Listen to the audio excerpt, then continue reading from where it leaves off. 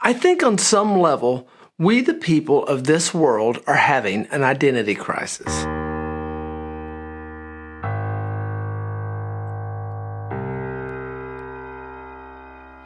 I see a crisis facing the world today. It is fundamentally one of identification.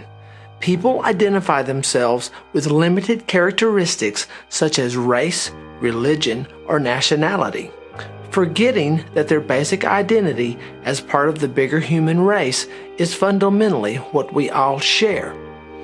These limited identifications lead to conflicts on a personal level and on a global level. We each are much more than the sum of these limited identifications.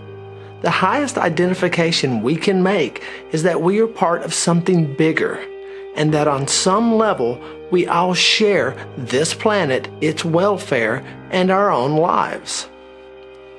We need to return to the values that are the essence of all major traditions. In the world of religion, there are three aspects: values, rituals, and symbols. The moral and spiritual values are common to most traditions.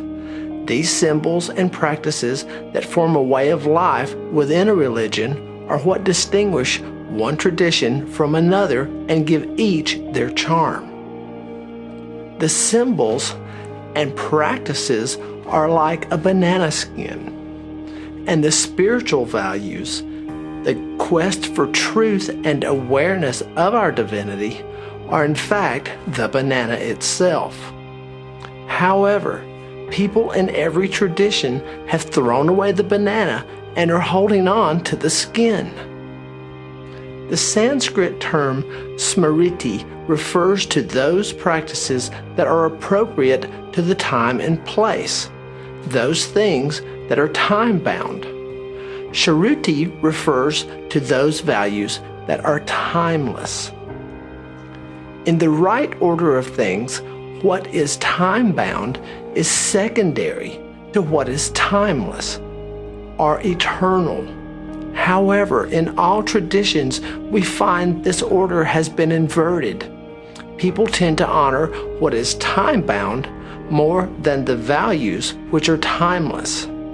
This is where fanaticism flourishes and the differences have to be defended. We can see this today in the wars taking place around the world in the name of religion.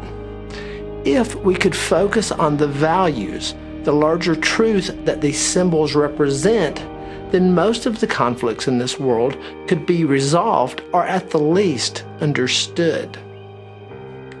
Symbols vary between religions because they relate to the relative factors of location, environment, and time. For instance, the crescent moon and star on the flag of Islam was chosen by people living in a desert region where the evening is a pleasant relief from the scorching heat of the day.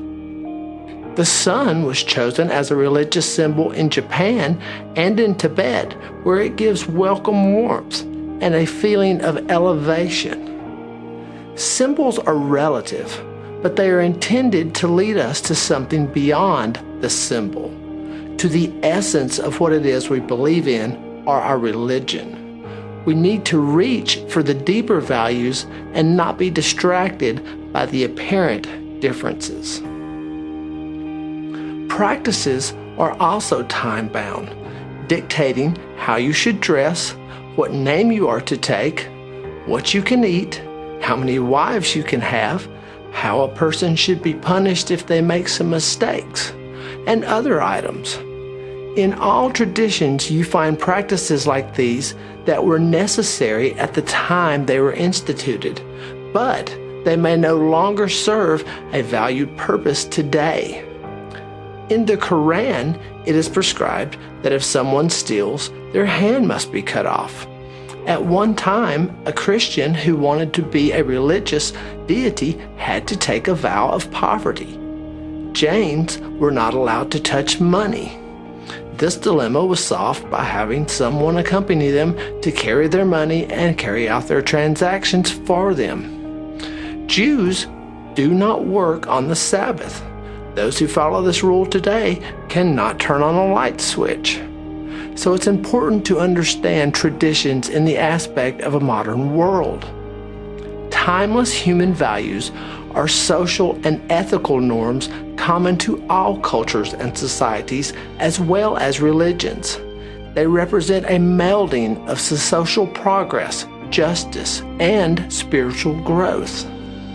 The timeless values are a deep caring for all of life, a responsible attitude toward the planet we inhabit, nonviolence, compassion and love, friendliness and compassion, generosity and sharing, integrity, honesty and sincerity, moderation in one's activities, service to our communities, commitment and responsibility to those we serve, peace, contentment, and enthusiasm. These are all wonderful values, and much of the misery that has come into the world in the name of religion can be avoided by reintroducing these shared and common values. And it is not necessary to use guilt and fear to promote these values.